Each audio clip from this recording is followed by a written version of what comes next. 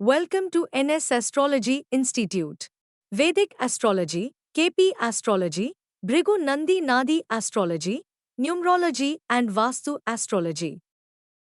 Good evening అండి. Today class 27 నక్షత్రాల concept తీసుకొని 12 స్థానాలకు ఏ గ్రహం బలంగా ఉంటుంది, ఏ గ్రహం బలహీనంగా ఉంటుందో కాన్సెప్ట్ తెలుసుకుందాము.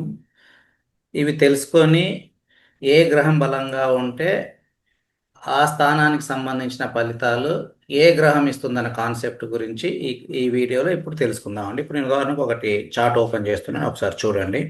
ఇక్కడ చూడండి, ఇక్కడ 27 నక్షత్రాలు ఒక పట్టిక ఇచ్చాను, ఒకసారి చూడండి. ఇక్కడ మనది ఏం లేదండి, ఇక్కడ ఒక చార్ట్ కూడా ఇస్తున్నాను.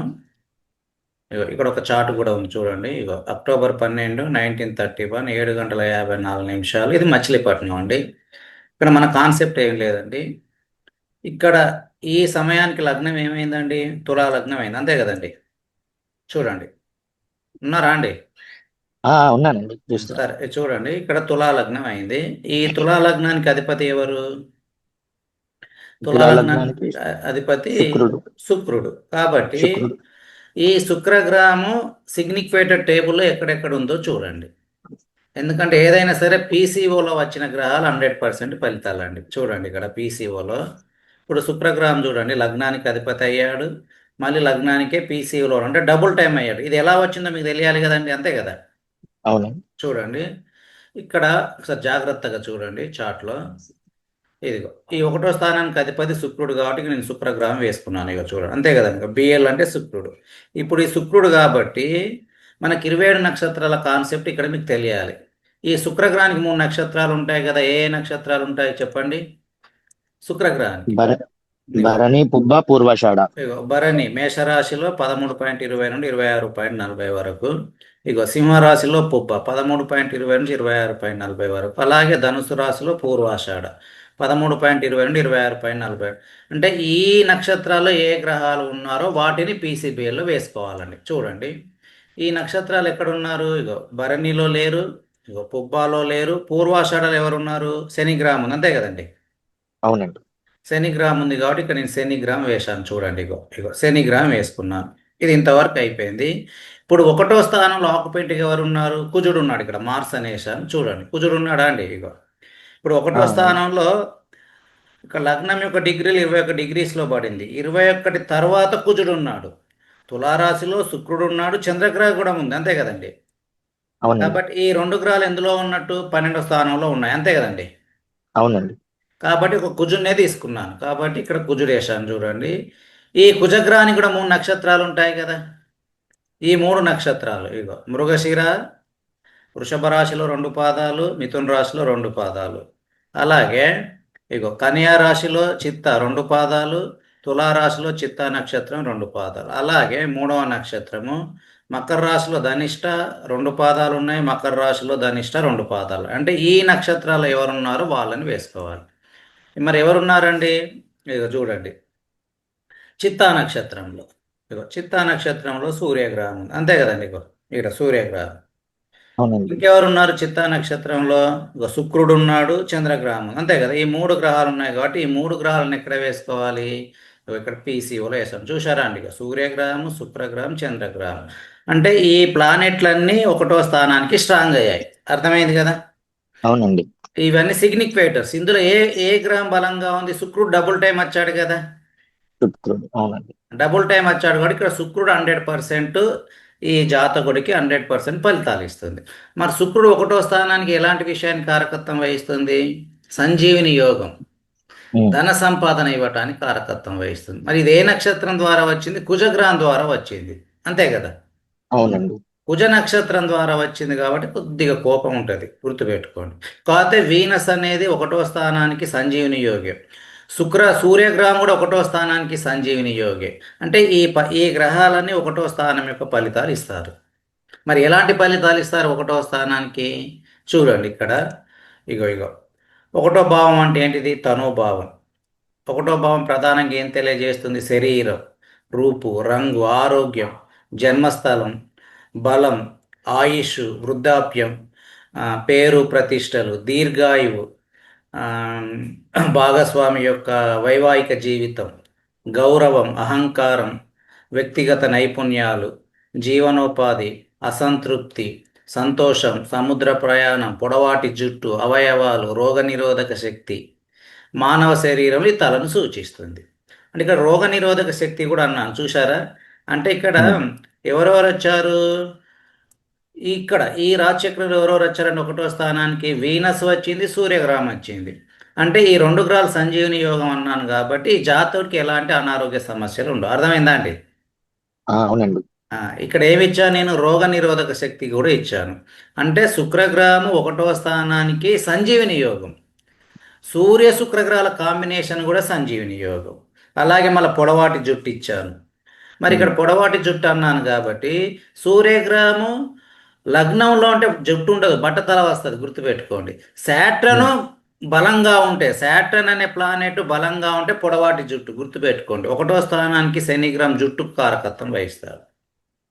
మరి ఈ ఫలితాలను ఎప్పుడు ఉంటాయి, ఈ ఇందులో ఏవైతే గ్రహాలు ఉన్నాయో వీటికి సంబంధించిన దశాభుక్తి కాలంలోనే, సూర్య శుక్ర చంద్రగ్రహాలకు సంబంధించిన దశాభుక్తి కాలంలోనే ఈ 1వ స్థానం యొక్క ఫలితాలు ఈ జాతకుడికి పాజిటివ్గా ఉంటాయి. అర్థమైందా అండి? ఓకే అండి. అదే. ఇప్పుడు 2వ స్థానం చూడండి. ఇప్పుడు 2వ స్థానానికి అధిపతి ఎవడు, కుజగ్రహం. చూడండి ఇక్కడ కుజగ్రహం వేశాను. ఇందాక కుజ నక్షత్రాలు ఎవరెవరు ఉన్నారు, సూర్యగ్రహము, శుక్రగ్రహము, చంద్రగ్రహం, అంతే కదండి? అవునండి. అవే వస్తాయి, అంతే కదా? అవును. మరి ఇక 2వ స్థానంలో ఏ గ్రహాలు ఆక్యుపెంట్గా లేవు చూడండి, ఖాళీగా ఉన్నారు. అంటే ఇప్పుడు 2వ స్థానంలో కూడా సూర్య శుక్ర చంద్రగ్రహాలే బలంగా ఉన్నారు. కాబట్టి ఇక్కడ సూర్యగ్రహము 2వ స్థానానికి ఇన్కమ్ ఇస్తుంది, శుక్రుడు 2వ స్థానానికి ఫ్యామిలీ లైఫ్ను హ్యాపీగా ఉంచుతుంది. కాబట్టి ఇవి ఎవరి ద్వారా వచ్చారు, కుజగ్రహం ద్వారా వచ్చారు, అంతే కదా? అవునండి. కుజగ్రహం ద్వారా రావడం వల్ల, కుజగ్రహం ఏంటిది, కోపం. కాబట్టి కొద్దిగా ఫ్యామిలీ లైఫ్ డిస్టర్బ్గా ఉంటుంది, గుర్తుపెట్టుకుని. కుజగ్రహం ద్వారా ఎప్పుడు రాకూడదు 2వ స్థానానికి ఫలితాలు. అంటే ఒకవేళ మ్యారేజ్ సెటిల్ అయింది అనుకుందాము, వీటికి సంబంధించిన దశాభుక్తి కాలంలో మ్యారేజ్ ఇవ్వడు, గుర్తుపెట్టుకోండి. ఇది చాలా 100% రూల్ అండి. ఎప్పుడైతే కుజగ్రహం ద్వారా 2వ స్థానంలో కానీ 7వ స్థానంలో కానీ, వివాహ స్థానం 7వ స్థానంలో కానీ 11వ స్థానంలో కుజగ్రహం ద్వారా ఏవైతే ప్లానెట్లు వస్తాయో ఆ ప్లానెట్కి సంబంధించిన దశాభుక్తి కాలంలో మ్యారేజ్ లైఫ్ డిస్టర్బ్గా ఉంటుందండి. ఇది 100% రూల్, గుర్తుపెట్టుకోండి. కాబట్టి సూర్య శుక్రగ్రహాల కాంబినేషన్ ఇన్కమ్ ఎక్సలెంట్, ఇన్కమ్ బాగానే ఇస్తాడు. కాబట్టి కుజగ్రహం ద్వారా సూర్యగ్రహం వీనస్ వచ్చారు కాబట్టి ఇక్కడ వీనస్ వివాహానికి కారకత్వం వహిస్తాడు. సూర్యగ్రహము కూడా 2వ స్థానానికి ఫ్యామిలీ లైఫ్ను హ్యాపీగా ఉంచడానికి కారకత్వం వహిస్తాడు. కాబట్టి ఇక్కడ మార్సు రావడం వల్ల ఈ ఫ్యామిలీ లైఫ్ డిస్టర్బెన్స్గా ఉంటుంది. అర్థమైందా అండి? మరి ఎప్పుడు డిస్టర్బెంట్గా ఉంటుంది, ఈ సూర్య శుక్ర చంద్రగ్రహాలకు సంబంధించిన దశాభుక్తి కాలంలోనే ఫ్యామిలీ లైఫ్ డిస్టర్బెన్స్గా ఉంటుంది. ఇక్కడ ఏమన్నాను, సూర్య శుక్ర చంద్రగ్రహాలకు సంబంధించిన దశాభుక్తి కాలంలో ఇన్కమ్ బాగుంటుంది. అర్థమైందా? ఆ టైంలో ఇన్కమ్ ఇస్తాడు, పర్సనల్ ఫ్యామిలీ లైఫ్ని డిస్టర్బ్ చేస్తాడు. అర్థమైందా? అది. ఇప్పుడు అలాగే ఇప్పుడు 3వ స్థానంలో రాహుగ్రహం, ఇది ఎలా వచ్చింది ఇప్పుడు అర్థమైంది కదండి. రాహుగ్రహం వచ్చింది, అవునండి. అర్థమైంది శని నుంచి కాబట్టి వచ్చింది. శని గ్రహం నుంచి వచ్చింది. 3వ స్థానానికి అధిపతి జూపిటర్ అయ్యాడు, గురు నక్షత్రంలో కుజుడు ఉన్నాడు కాబట్టి ఇక చూడండి, కుజుడు ఉన్నాడు కాబట్టి కుజగ్రహం వేసుకున్నాము. 3వ స్థానంలో ఆక్యుపెంట్ ఎవరు, శని గ్రహం, అంతే కదా? శని గ్రహం. ఈ శని నక్షత్రంలో ఎవరున్నారు చూడండి, రాహు ఉన్నాడు కాబట్టి అంటే 3వ స్థానానికి రాహు స్ట్రాంగ్ అయ్యాడు. మరి 3వ స్థానం ఏంటిది, కమ్యూనికేషన్స్. చూడండి ఇగో 3వ స్థానం కనిష్ట తోబుట్టులు, దీర్ఘాయువు, స్నేహితులు, కోపం, శాంతం, ధర్మం, ఇంటి అమ్మకం, భూమి అమ్మకం, సంచార లక్షణాలు ఉంటాయి, చిన్న చిన్న ప్రయాణాలు, ప్రభుత్వ శాఖ, కాళ్ళు, చెవులు, శ్వాసకోశ నాళం. కాబట్టి ఇక్కడ రాహుగ్రహం వచ్చింది కదండి, కొద్దిగా శ్వాసకోశం అంటే ఊపిరితిత్తులకు సంబంధించిన ఆస్తమా, సైనస్ ప్రాబ్లమ్స్. అర్థమైందా అండి? కాబట్టి రాహు వచ్చాడు కదా, శని గ్రహం ద్వారా రాహు వచ్చింది కాబట్టి మంచి ఫలితాలు అంటే గుర్తుపెట్టుకోండి. శని గ్రహం ద్వారా రాహు వచ్చాడు, గుర్తుపెట్టుకోండి. శని గ్రహం ద్వారా కాకుండా కేతు గ్రహం కానీ కుజగ్రహం ద్వారా రాహు వస్తే అప్పుడు శ్వాసకోశ, ఆస్తమా, సైనస్, ముక్కుకు సంబంధించిన సమస్యలు ఉంటాయని చెప్పేయచ్చు. కాబట్టి ఇక్కడ శనిగ్రహం ద్వారా రాహు వచ్చాడు కాబట్టి కొద్దిగా తోబుట్టులతో సఖ్యత ఉండదు. ఎందుకంటే రాహు అనేది నెగటివ్ ఫలితాలు ఇస్తాడు. అర్థమైందా అండి? అలాగే. అర్థమైంది కదా. అట్లాగే 4వ స్థానంలో కూడా రాహు ఉన్నాడు. నా రాహు ఏంటిది? 4వ స్థానం అంటే మన ఇల్లు. చూడండి ఇక ఉమ్, ఇక 4వ స్థానం ఏంటిది? తల్లి సుఖాలు, జాతకుడు సాధించిన వ్యవసాయ భూములు, సుఖాలను తెలియజేసి తల్లి బంధువులు, తండ్రి దీర్ఘాయువు, పోగొట్టుకున్న వస్తువులు, ఆస్తికి సంబంధించిన ఆధారాలు, డబ్బు తగినంత కంటే ఎక్కువగా ఉండడం, శీలం, వేదశాస్త్రం, జ్యోతిష శాస్త్రం మీద పట్టు, ఊపిరితిత్తులు. ఇది కూడా ఊపిరితిత్తులని, ఇది ఛాతి భాగాన్ని తెలియజేస్తుంది. కాబట్టి ఇక్కడ కూడా ఊపిరితిత్తులకు సంబంధించిన సమస్యలు ఉంటాయి. 4వ స్థానం మన ఇల్లు కదా. అవునండి. ఎప్పుడైనా రావు 4వ స్థానానికి స్ట్రాంగ్ అయితే జన్మస్థలంలో జీవించరండి, ఎక్కడికో దూరంగా వెళ్ళి జీవిస్తారు. ఎందుకంటే రాహు గ్రహం దూరపు ప్రయాణాల కారకత్వం వహిస్తుంది. ఇప్పుడు 4వ స్థానం మన ఇల్లు కదా, ఇంట్లో అవునండి. ఉండరు, ఉమ్, దూరంగా వెళ్తారు. అర్థమైందా అండి? మరి ఇక్కడ ఆ, శని రాహు వచ్చాడు. శని రాహు కాకుండా ఇక్కడ గురుగ్రహం కానీ కేతుగ్రహం కానీ వస్తే ఏమిచ్చాను? ఇక్కడ వేదశాస్త్రం వచ్చాను. వేదశాస్త్రం మీద మంచి పట్టు ఉంటుంది. అర్థమైందా? ఉమ్, కాబట్టి రాహు వచ్చింది కాబట్టి వీళ్ళకి వేదశాస్త్రం మీద చాలా నాలెడ్జ్ అనేది వచ్చేస్తుంది. ఎందుకంటే శని ద్వారా వచ్చాడు. ఎప్పుడైనా సరే శని ద్వారా రాహు వచ్చాడు, గుర్తుపెట్టుకోండి. శని ద్వారా రాహు వచ్చాడు. శని ఉమ్, ద్వారా కాకుండా కేతు ద్వారా వస్తే అప్పుడు కేతు కాదు, చంద్రగ్రహం కానీ కుజగ్రహం ద్వారా రాహు వస్తే మైనస్ అండి, గుర్తుపెట్టుకోండి. ఎప్పుడైనా ఓకే. సరే కుజగ్రహము ద్వారా కుజగ్రహం ద్వారా వస్తే ఎక్కువ మైనస్, గుర్తుపెట్టుకోండి. కుజగ్రహం ద్వారా రాహు కానీ వస్తే, ఇక రాహు అంటే ఏంటిది? శని గ్రహము యాక్చువల్గా బెస్ట్ ప్లానెట్, ఆలస్యం చేస్తాడు. అంటే శని ద్వారా రాహు వచ్చాడు కాబట్టి ఇక్కడ ఆధ్యాత్మిక మీద చాలా ఇంట్రెస్ట్ ఉంటుంది, జ్యోతిషంలో మంచి పట్టు వస్తుంది. కాకపోతే ఇక్కడ రాహు 4వ స్థానంలో ఉన్నాడు కాబట్టి దూర ప్రయాణాలు ఉంటాయి. అర్థమైందా అండి? అవునండి. శని ద్వారా రాహు వచ్చాడు కాబట్టి మంచిది. ఎందుకంటే శని రాహు గ్రహాలు 7వ స్థానానికి సహజంగా బలం ఎక్కువగా ఉంటుంది. మనం ఓకే. ఏమంటాం? అర్థమైందా అండి? కుజవత్ కేతు, ఉమ్, శనివత్ రాహు అంటారు, గుర్తుందా? అవునండి. ఆ, శని ద్వారా రాహు వచ్చాడు కాబట్టి ఆధ్యాత్మికలో నాలెడ్జ్. కుజగ్రహం ద్వారా రాహు వస్తే మైనస్ ఉంటుంది, గుర్తుపెట్టుకోండి. కాబట్టి 4వ స్థానం ఇక్కడ ఏమి ఇచ్చాను? వేదశాస్త్రం అని ఇచ్చాను, బాగుంటుంది. ఉమ్, కాకపోతే ఏంటిది? ఆస్తమాకు సంబంధించిన సమస్యలు ఉంటాయి. అదే. తర్వాత ఇప్పుడు 5వ స్థానానికి కూడా సేమ్ అవే వచ్చారు. చూడండి, రాహుగ్రహం డబుల్ టైం వచ్చింది, అంతే కదా. మరి 5వ స్థానం ఉమ్, ఏంటిది? 5వ స్థానం కూడా ఆధ్యాత్మిక విద్యేనండి. ఇగో సంతానం, ప్రేమ, అన్నయ్య భార్య, ఆధ్యాత్మికత, సృజనాత్మక మనసు, కళలు, కోరికలు, ఆప్యాయత, సాధువుగా మారడం, వేదాలు జపించడం, ఇగో ప్లేయింగ్ కార్డ్స్, గుర్ర పందాలు, ఇగో లైంగిక హార్మోన్లు, స్పెర్ము, సంతానోత్పత్తి, ప్రతిరోధకాలు. కాబట్టి ఇక్కడ 5వ స్థానం ఏమి ఇచ్చాను? ఆధ్యాత్మిక కూడా ఇచ్చాను, అంతే కదండి.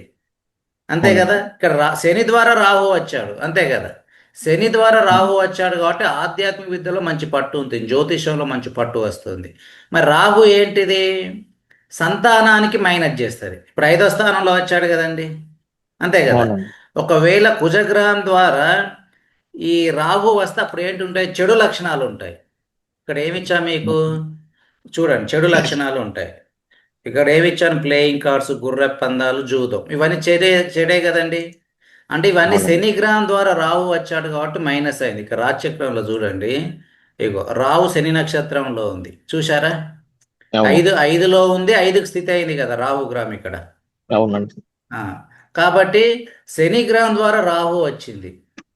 ఉమ్, ఎందుకంటే మనకు 5 గ్రహాలు యాక్చువల్గా మంచి నక్షత్రాలు ఉండే 5 గ్రహాలు ఏంటంటే సూర్యగ్రహము, గురుగ్రహము, ఉమ్, శనిగ్రహము, బుధ, శుక్రగ్రహాలు. ఈ 5 గ్రహాలు మంచివండి. ఈ 5 గ్రహాల ద్వారా ఏ ప్లానెట్ అయినా అందులో స్థితి అయితే ఆ ప్లానెట్ మంచి ఫలితాలు ఇస్తుంది, ఇది గుర్తుపెట్టుకోండి మీరు.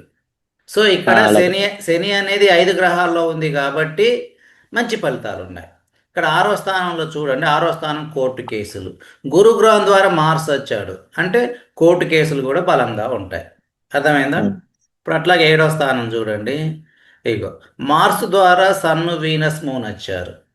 మరి 7వ అవునండి. స్థానానికి సన్ ఏంటిది? వివాహ జీవితాన్ని ఆలస్యం చేస్తుంది. ఉమ్, ఒకవేళ మ్యారేజ్ అయితే మ్యారేజ్ లైఫ్ని డిస్టర్బ్ చేస్తుంది. చూడండి, ఇక్కడ 7వ స్థానం ఏమని ఇచ్చాను? ఇక్కడ ఇగో వివాహ జీవితం, వైవాహిక జీవితం, ఇది భార్యను చూడిస్తుంది అబ్బాయి చాట్లో. కాబట్టి వీనస్ మూన్ కాంబినేషన్ కూడా మ్యారేజ్ లైట్ను ఆలస్యం చేస్తుందండి. వీనస్ మూన్ కాంబినేషన్ 7వ స్థానానికి కూడా వివాహం చాలా ఆలస్యం చేస్తుంది. కాబట్టి ఇక్కడ సూర్యగ్రహం కూడా అదనంగా వచ్చాడు. కాబట్టి ఇవన్నీ మార్స్ ద్వారా వచ్చారు కదా. అవునండి. కాబట్టి ఇక్కడ మార్స్ ద్వారా రావడం వల్ల మ్యారేజ్ లేదు, అంటే ఈ గురువు గారికి మ్యారేజ్ కాలేదు. ఎందుకు? సహజంగా వీనస్ మూన్ కాంబినేషన్ బలహీనంగా ఉన్న మ్యారేజ్ ఇవ్వదండి, గుర్తుపెట్టుకోండి. ఇక రాజచక్రంలో ఇక వీనస్ మూను చాలా డిగ్రీస్ పరంగా వీక్ అయ్యారు కదా రాజచక్రంలో, అంతే కదండి. అవునండి. అవును. వీక్ అయ్యారు కాబట్టి అందుకే మ్యారేజ్ ఇవ్వలేదు. తర్వాత 8వ స్థానంలో, 8వ స్థానానికి అధిపతి వీనస్ అయ్యాడు. ఇక చూడండి, వీనస్ ఉమ్. మళ్ళీ వీనస్ అయింది, వీనస్ నక్షత్రంలో శనిగ్రహం ఉంది, అంతే కదా. అవును. కాబట్టి శనిగ్రహం 8వ స్థానానికి పూర్ణాయుష కారకత్వం ఎవరి ద్వారా వచ్చాడు? వీనస్ ద్వారా వచ్చింది. శుక్రుడు. వీనస్ ఇందాక ఏమనుకున్నాము? లగ్నాధిపతి అయ్యాడు కదా. వీనస్ అవునండి. లగ్నానికి వస్తే ఏమన్నాను? సంజీవిని యోగం అన్నాను. అంటే సంజీవిని యోగం. సంజీవిని యోగం సంబంధించిన నక్షత్రంలో శనిగ్రహం స్థితి అయింది కాబట్టి పూర్ణాయుష్ ఇస్తాడు. ఎలాంటి ఆరోగ్యం, ఎలాంటి అనారోగ్య సమస్యలు లేకుండా పూర్ణాయుష్ ఇస్తాడు. అర్థమైందా? ఉమ్. అంటే శనిగ్రహం 3వ స్థానంలో ఉన్న పూర్ణాయుషేనండి. ఇక 3లో ఉన్నాడు శనిగ్రహం, చూసారా. అవును. మళ్ళీ 8లో ఉన్నాడు, పూర్ణాయుషే. లగ్నంలో శనిగ్రహం ఉన్న పూర్ణాయుషే. మళ్ళీ 12వ స్థానంలో శనిగ్రహం ఉన్న పూర్ణాయుషే. ఇక 12వ స్థానంలో స్ట్రాంగ్ అయ్యాడు. అర్థమైందా అండి? ఆ, అంటే ఇవి దేని ద్వారా వచ్చాయి? వీనస్ ద్వారా వచ్చింది. సంజీవిని యోగానికి సంబంధించిన ప్లానెట్ యొక్క నక్షత్రంలో శనిగ్రహం స్థితి అయింది కాబట్టి పూర్ణాయుష్ని ఇస్తాడు. అర్థమైంది. ఇప్పుడు గురువు గారికి 95 ఇయర్స్ ఉన్నాయి. అలాగే 9వ స్థానానికి బుధగ్రహం అధిపతి. గురుగ్రహం 9వ స్థానానికి టీచింగ్ ప్రొఫెషన్. బుధగ్రహం ఏంటిది? ఎడ్యుకేషన్ ప్లానెట్ కదా. 9వ స్థానం యొక్క ఫలితాలన్నీ పాజిటివ్గా. ఇక్కడ ఏమి ఇచ్చాను? 9వ స్థానం ఇగో దేవాలయాలు, ఆధ్యాత్మిక జ్ఞానం, విదేశీ ప్రయాణాలు, అలాగే ఉపాధ్యాయుడు, గురువు, ఉన్నత విద్య, చూశారు కదండి. అంటే గురువు గారు టీచింగ్ అవునండి. ప్రొఫెషన్లే ఉన్నారు. అది కూడా ఆస్ట్రాలజీలో టీచింగ్ ప్రొఫెషన్లోనే ఉన్నారు. ఎందుకంటే గురుగ్రహం 9కి స్ట్రాంగ్ అయిపోయింది కదా. అది తర్వాత అవును. 10వ స్థానంలో చూడండి, గురుగ్రహం ద్వారా కుజుడు వచ్చాడు. కుజుడు జనరల్గా 10వ స్థానానికి డైరెక్షన్ స్ట్రెంత్ కాబట్టి 10వ స్థానం యొక్క ఫలితాలు కూడా బాగుంటాయి. ఈ 10వ స్థానం వృత్తి కదా. ఇన్కమ్ ఎప్పుడు జనరేట్ అవుతుంది? ఈ కుజ గురుగ్రహాలకు సంబంధించిన దశాభుక్తి కాలంలో ఇన్కమ్ జనరేట్ అవుతుంది. ఇక్కడ ఏమని చెప్పుకున్నాము? ఇక్కడ సన్ను, వీనస్, మూన్ కూడా చెప్పుకున్నాం కదా. ఇక్కడ కూడా ఇన్కమ్ జనరేట్ అవుతుంది. అర్థమైందండి. తర్వాత 11వ స్థానం, 11వ స్థానానికి అధిపతి సన్ను నక్షత్రంలో ఎవరికి లేరు కాబట్టి ఇక్కడ ఎవరు లేరు. 11వ స్థానంలో కేతు, బుధ గ్రహాలు ఉన్నారు, చూడండి ఇగో. అంటే ఇది 12వ స్థానంలోనే ఉన్నాయి ఫిజికల్గా. డిగ్రీస్ ప్రకారము కేతు, బుధ గ్రహము 11లో ఉన్నారు. ఎందుకంటే 12వ స్థానం డిగ్రీలు 24 కదా. కాబట్టి కేతు, బుధ గ్రహాలు 11లో ఉన్నారు. కాబట్టి వచ్చేది ఇప్పుడు 11లో ఎవరు? ఇగో ఇప్పుడు కేతు నక్షత్రంలో ఎవరు ఉన్నారు? ఎవరు లేరు. ఇప్పుడు మెరిక్యూరీ ద్వారా జూపిటర్ వచ్చాడు కదా. కాబట్టి 11వ స్థానం ఏంటిది? ఫ్రెండ్షిప్స్, కమ్యూనికేషన్స్ బాగుంటాయి. బుధగ్రహం ద్వారా వచ్చాడు కదా, ఫుల్ ఇన్కమ్ ఇస్తాడు, వృత్తి ఏదైనా సరే. ఇక చివరిగా 12వ స్థానం, 12వ స్థానానికి అధిపతి మెరిక్యూరీ ద్వారా జూపిటర్ వచ్చాడు. 12వ స్థానంలో సన్ను, వీనస్, మూన్ ఉన్నారు. ఈ 3 నక్షత్రాలు ఎవరి స్థితి అయ్యారు? కేతు, మెరిక్యూరీ, శాటర్న్ స్థితి అయ్యారు. అంటే ఇక్కడ చూడండి, వీనస్ ద్వారా ఎవరెవరు వచ్చారండి? ఇక్కడ వీనస్ నక్షత్రంలో ఎవరు ఉన్నారు? శని ఉన్నాడు, అంతే కదా. సన్ నక్షత్రంలో ఎవరు లేరు. మూన్ నక్షత్రంలో ఎవరు ఉన్నారు? కేతు, మెరిక్యూరీ వచ్చారు. మరి 12వ స్థానం ఏంటిది? ఇక్కడ బుధగ్రహం 12వ స్థానానికి డబుల్ టైం అయ్యాడు కదా. ఇగో 12కి అధిపతి అయ్యాడు. ఇది చంద్ర నక్షత్రంలో ఉంది కాబట్టి చంద్రుడు 12లో ఉన్నాడు కాబట్టి 12కి వచ్చేసింది. కాబట్టి బుధగ్రహం 12వ స్థానానికి జ్యోతిష్యంలో ఇంట్రెస్ట్ అండి. అర్థమైందా? కాబట్టి ఇక్కడ బుధగ్రహము 12కు జ్యోతిష్యంలో ఇంట్రెస్ట్ కాబట్టి ఇక డబుల్ టైం వచ్చింది కాబట్టి ఇంకెక్కువగా ఉంటుంది ఇంట్రెస్ట్. అర్థమైందా అండి? అది అట్లాగే శనిగ్రహం 8వ స్థానానికి జ్యోతిష్యంలో డీప్ నాలెడ్జ్ కాబట్టి ఏ నక్షత్రం ద్వారా వచ్చింది? బ్రాహ్మిన్ నక్షత్రం ద్వారా వచ్చింది కదా, అంతే కదా. అర్థమైందా? ఈ విధంగా చూడ, ఎప్పుడైనా సరే బ్రాహ్మణ్ నక్షత్రాలు ఏంటివి? గురు, శుక్రగ్రహాలు, అంతే కదా. ఎడ్యుకేషన్ నక్షత్రాలు ఏంటివి? బుధగ్రహం. బుధగ్రహం. వీటి ద్వారా ఎక్కువ ప్లానెట్లు వచ్చాయనుకోండి, వాళ్ళకు జ్యోతిష్యంలో మంచి ఇన్కమ్ ఉంటుందండి.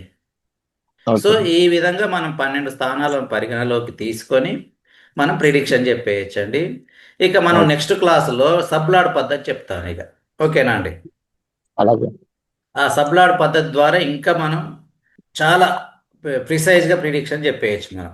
If you like this video, you can click on the like and subscribe button. Thank you.